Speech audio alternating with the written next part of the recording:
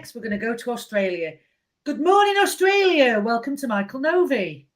Hello, Michelle and Mrs. Harrison. How are you? Good evening, Europe, and good day, Australia. Good afternoon, America, and whatever it is in Kiribati. I don't know what time it is there, and I'm not going to check. Thank you so much for joining us at this ungodly hour for you, but it's all right for me. Oh, that's Eurovision for us, isn't it? Somehow or other. It is. It is. Right, yeah. So, obviously, we're going to start with Australia with you, and we'll kick off at number 3.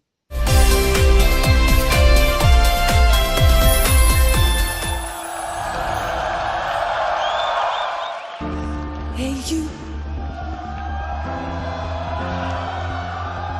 It's me again. I've been aching, feeling love. It's you.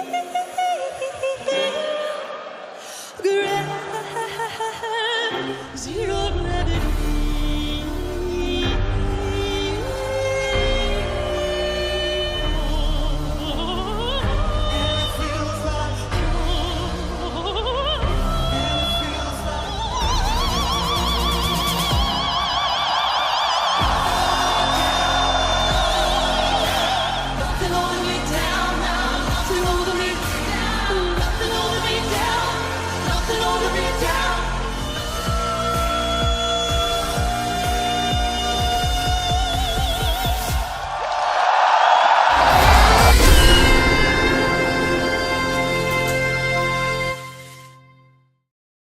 There we have it, Australia 2019, Zero Gravity by Kate Miller-Heidke. Obviously, she performed in Tel Aviv. She came first in a semi-final and 9th in the final with 284 points. Michael, why do you love this? I love Kate Miller-Heidke. Yeah. She has been one of my favourite artists well before Eurovision. I've followed her for a long time, and there's nothing better than actually seeing one of your favourites perform. So, and that performance was something to behold. On TV, it was amazing, the reveals that came through. She just moved that way there. But in the arena in Tel Aviv, to see her being wheeled out onto stage by the crew, 6 or 7 meters up high, and then performing that just perfectly was an absolute delight. And something I don't think we'd actually seen on the stage beforehand at Eurovision. So it really reminded me, let's say, for this year with having Nemo perform the Code, he was a little bit of moving around as well. I think that's that's a little bit of Kate's influence there. So she doesn't do we don't have the dance break, but we've got the swirl yourself around the stage somehow or other. Great song. Good mix of pop and opera, and really taking it from the start where she, as Australia decides, where she's sitting there in her sort of toilet roll holder dress, and something bouncing and hitting her from the back. I from that moment on, I could actually see that it was going to end up being with her floating around on stage, and it really was just a great performance and a great artist. Pretty good result, actually. Not much love for the televote, but that's Australia. Is what it is. We had fun. We did have fun. It was fantastic. At the semi-final, I was at the front of it, and it was absolutely amazing. It looked fantastic. Yeah, you look up there, just the way she moves. It was great, and as I said, it did Australia proud, and really adds to the tapestry of Eurovision. So it'll be a remembered song. We've never seen it before, and I'm not sure if we'll ever see it again. The stage pop and opera all put together somehow or other, smashed together. No. Right, so that's your third. Let's see who came in second.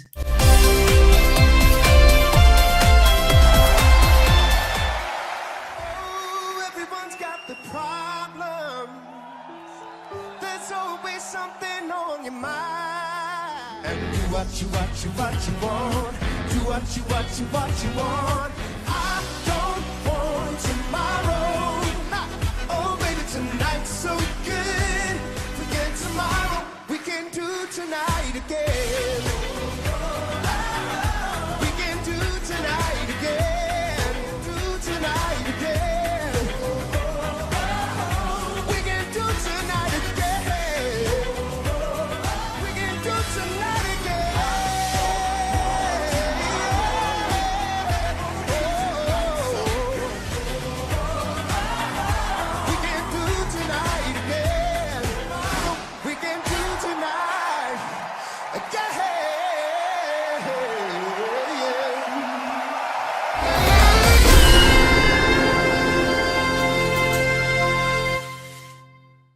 So that was 2015. Guy Sebastian from Vienna. He came 5th in the final with 196 points and was obviously the first person to represent Australia at Eurovision, but not the first Australian in Eurovision. Michael, why was he your number 2? You know what? 10 years on, and you listen to that song, maybe I'm an old person now, but dang, it still holds up pretty well. Yeah, you hear that in the club and you still groove away.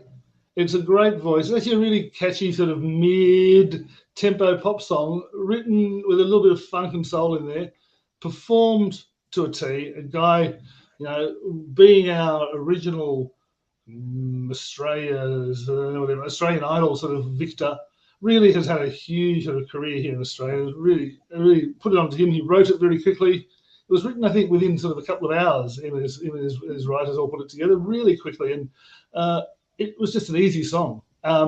Was, as you know, made it into, I think, the most number of shows. Made it, his performance in 2015 made it 27 songs in the final that year, if I'm right. So the most we've had in a final. Is that, if I'm correct that way there? Did have a free pass, and I must say, I think that song would have easily qualified had it had to be semi-final. That was a song which deserved its spot, and I think finished appropriately where it did. It was a really, really fine song, great performance, and I must say, why do I love it? Because I still do my dad dance to it, even though I'm not a dad, but and I think it's great. It is absolutely fantastic. I love it. I was there when he came on and he did it, and that's how, as a new country, this is how you stand out in Eurovision. It was amazing, absolutely really amazing. Nice, really good lyrics. I mean, when you break those lyrics down as someone who's there for the first time, it's a song about let's do it all again. It's and leave the world behind. And it's Guy. It's the way it should be, fun, sleek, not quite sexy, but pretty decent. I think he's quite sexy, Yeah, he is indeed. But if there's something for everyone, the world is a tapestry, Michelle. It is. It definitely is. So, who do we think Michael's number 1 will be? Fingers crossed, Montaigne.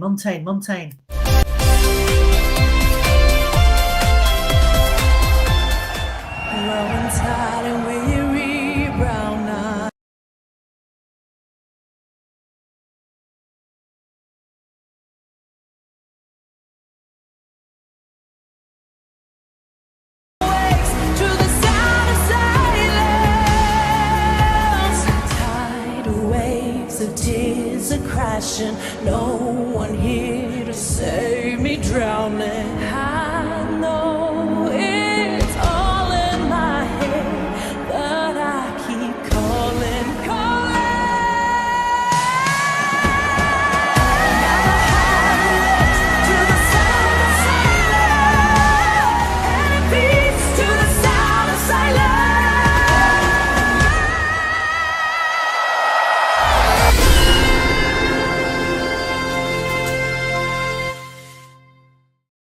There we have it. 2016's Dami. She came 2nd in the final, won a semi-final. She lost out to Jamala.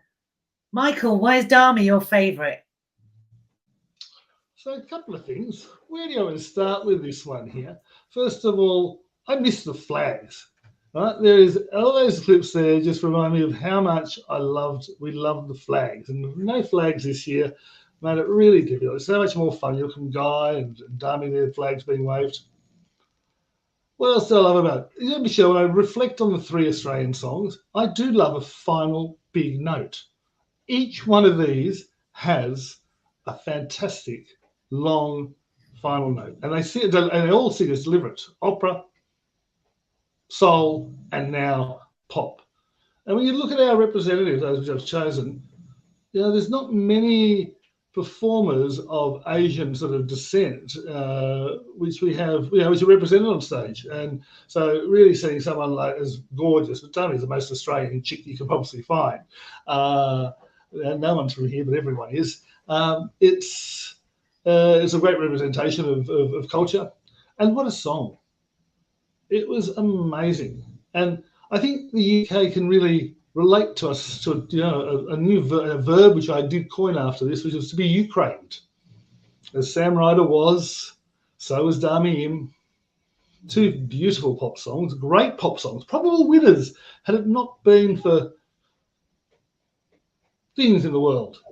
You never know. You never know. You never know something. But what a beautiful song, what a beautiful dress, what a lovely person, and really that was one of the more exciting televotes for us there. I wasn't there. I was still at home at 7 a.m. in the morning, having gone through my third sort of, champers and orange and whatever and vodka got through. And I was there with my mum. My mum and I were watching it, and she was in tears. Was so excited about that. And she didn't quite make it. But, save the EUB a bit of a stress of where and how to hold it. So second is always a great result, I think, somehow or other. Lots of songs from second we love even more than those that won. That's it. Sometimes you remember the person that came second more than you remember the person that came first.